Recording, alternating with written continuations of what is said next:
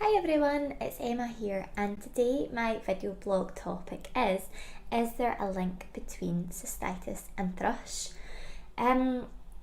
So technically, physiologically, these conditions are quite different in terms of how they come about and the exact symptoms that can crop up, but actually, and really interestingly, a lot of the very underlying causes can be quite similar, and there can be quite a lot of crossover, and especially if you suffer from both either at the same time or separately, it can be really helpful to understand some of these causes, and we know this can help to inform the treatment, as with most areas of health. So this is why today I'm just going to go into this in a bit more detail in terms of the connection there. So are thrush and cystitis related? So technically they're a little bit different. They tend to be kind of intimate health issues, more commonly experienced by women, but actually there are some differences there. So thrush, first of all, is caused by yeast. It's an overgrowth of a Candida albicans yeast. And this is found actually naturally throughout our system. So we're going to talk a lot about the balance of microorganisms, in that we do have some different types that are typically regarded as good or bad, and that's fine. We have all of these types, but it's when they get out of balance that they can become a little bit more problematic. So the yeast can be found throughout different areas of the body, throughout the digestive tract at any point, so even in the mouth, along the digestive tract, and then this from the digestive tract can transfer into our intimate area, into the vagina, especially, and we're going to talk a lot about that transfer of bacteria as well. So as much as this can be problematic, also by supporting your system with good bacteria, that can also translate and transfer into other areas, so that's a plus side. So the yeast candida generally forms kind of itchy, thick discharge, can be quite white, clumpy, kind of yellowy in some cases. That's in the case of vaginal discharge. You can sometimes get a white coating on your tongue as well if it's affecting your mouth. Then on the other hand, we have cystitis. So cystitis is technically inflammation of the bladder. You can have different types of cystitis, such as interstitial, where infection may not technically always be at the root of the cause, but your typical cystitis is usually caused by an infection, and that type of infection is bacterial. So compared to candida and the yeast side of things in terms of thrush, cystitis tends to be caused by bacteria, and this gives rise to some of your typical cystitis symptoms, such as your burning sensation when you're peeing, your frequency, and urgency to go to the loo, pelvic pain, cloudy urine, some of those classic symptoms.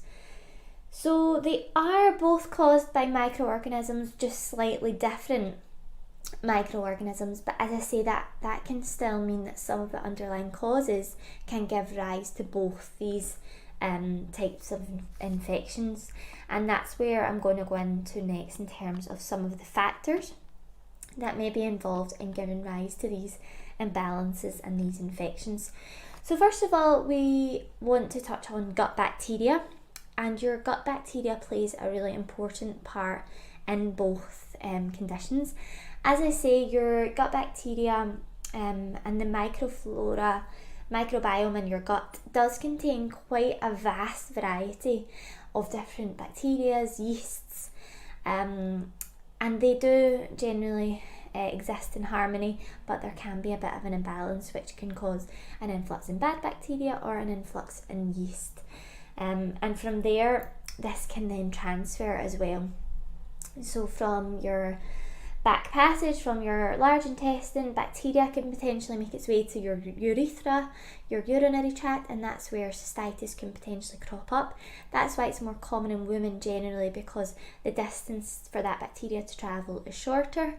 Then in terms of the yeast infections, the thrush, this is when the yeast microorganisms transfer usually to the vagina, but as I say, throughout the digestive tract. They can travel up the way as far as the mouth as well. They're clever little creatures. But basically, by supporting your good bacteria, with the help of things like prebiotics or probiotics, which we'll go into, and diet and things, these good bacteria can actually help to keep other bacteria and other yeasts in check. They can help to support a better balance. So that's a really important one that, first of all, for both conditions, I would like you to consider. Next on my list is immune health. So immunity is important for keeping any sort of infection at bay. You may also notice other perhaps more obvious infections, colds, flus. If these are recurring or wound healing, there's quite a lot of factors that can be signals that your immunity is lacking a little bit, but also these thrush and urinary tract infections are also an indicator, because no matter the type of infection, your immune system is responsible for detecting and trying to manage that infection. Fungal foot infections, things like athlete's foot, toenail infections, that can be another sign that there is some yeast infections, and especially if it's a stubborn infection, that can be undermining your immune system a little bit. So it's just trying to have that whole body picture again, and trying to determine, is your immune system fighting a lot of battles? Could you perhaps offer it a little bit of extra support? And we'll go into a bit more detail on how you could do that as well. Diet, there's lots of different factors with diet, and the bacteria and yeast side of things differs a little bit. But generally, your carbohydrates are quite an important area to consider when it comes to these infections. So trying to limit kind of refined carbohydrates that are quite high in sugar, or refined sources of carbs. Ultimately, carbs are made from sugar, so all your quite refined white sources of carbs could be driving these bad bacteria, these infections. And then from the other side, if we're having a lot of processed items, for example, not so many fresh foods, then your fibre intake is going to be less. And fibre, especially a good, nice diversity of different plant-based fibres, is a good way to help support your gut bacteria. Then we've got the inflammatory side, I guess, as well, which is important. Inflammatory ingredients, trying to reduce them. So just a few angles that diet perhaps could be having a part to play. And I could go on all day actually about diet. There could be other influences in terms of caffeine on your stress response and everything, but if anyone's got any more questions, please do ask. And I can also leave a link to a blog on diet and cystitis, just so we can elaborate a bit more and not take up too much time. Antibiotic use is another important factor, and this can either be historic use or quite recently. It can have quite a long lasting effect depending on how long term the use was, for example, and that's going to have a direct effect on your gut bacteria again. As much as antibiotics are used in order to target bad bacteria, either your cystitis or another type of infection, unfortunately they are quite harsh on your good bacteria as well, and that could just throw that balance off longer term and beyond the point of the initial infection as well. I've also put here about hormone imbalance. And this is one just to consider if you've noticed any patterns in your symptoms, or if you're at a certain stage of life where you notice your symptoms are becoming more problematic. So in particular, low estrogen, I'm thinking low estrogen could be one that quite often goes hand in hand with either cystitis or fungal infections, your thrush. Estrogen is generally very protective, it's very lubricating, it's very supportive of balance, and it's very anti-inflammatory. So that low estrogen state could actually be exacerbating symptoms. This could be the week before your period if you experience some PMS, or if it's during menopause, in the lead up to menopause it could be more erratic, or just in general month to month you might be a little bit out of balance. You might be a low estrogen type and just need a little bit more support from estrogen, a bit of help balancing estrogen. So these are all areas to consider. Then just a little practical point in terms of itching and trying to handle the symptoms.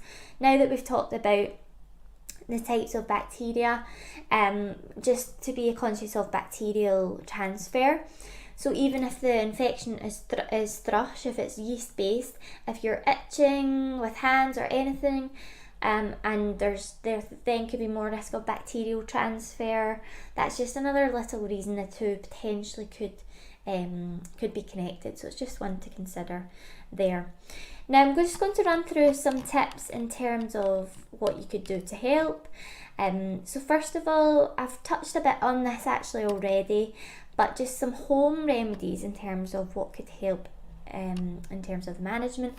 So I've talked a good bit about your refined carbohydrates and why they aren't so helpful, and instead trying to incorporate more of your fresh fruit and vegetables and whole grains, fibre rich. They're also naturally going to contain more vitamins, minerals and nutrients to support your immune system. That's another added benefit. So fresh fruit and veg, whole grains, you're thinking vitamin C, zinc, the very nutrients that we need to support our immune system. So you're not only going to be reducing unhelpful options, but incorporating more beneficial options as well. In terms of yeast, if it is fungal infections you experience or thrush, there's particularly yeasty foods which can include cheese, alcohol, bread. So it could be just trying to reduce your intake of those a little bit until you get things under control and you add in some of the other steps, such as improving and supporting your gut bacteria. What else did I have around here? Then there's tips in terms of just supporting your gut bacteria a little bit more specifically, purposefully. That would be things like your Mulkazan, a prebiotic to help support the internal environment of the gut, make it a little bit more acidic, which is what we want in terms of the large intestine and the vagina actually. And by also supporting the pH, you're supporting the balance of good bacteria as well. This would be one to start with, and then if you were going to add a probiotic in, I would start with the prebiotic. So that's just one there. Then just a few mentions of some herbal remedies as well. So to target the cystitis more head on, it would be looking at your uva ursi and echinacea. This is a 2-in-1, 2 ingredients, your uva ursi for your bladder and urinary tract support, and the echinacea element for the immune support as well. So it's a lovely one to take if you are more affected with the cystitis. The thrush yeast side of things would be more gut health. That would be a better focus. In terms of cranberry, next we've got cranberry more for prevention again of cystitis, and there is some research there which I can put in the description. Goldenrod tea is a lovely one that you can just include in your day-to-day regime. Again, more urinary tract, more the cystitis side, but a nice one to include if you're a fan of your herbal teas, one to try out. And then we talked a bit about vitamin C for kind of immune support. Fresh foods are the way forward, but you could just up your levels with a supplement if you fancied as well. Hopefully that has helped everyone. As always, please do leave your comments and questions below. I will tag all the product mentions and links and things in the description. Please do also subscribe to our AvoGo YouTube channel and hit the bell icon so you'll be notified of any future videos. Thanks, take care and speak soon.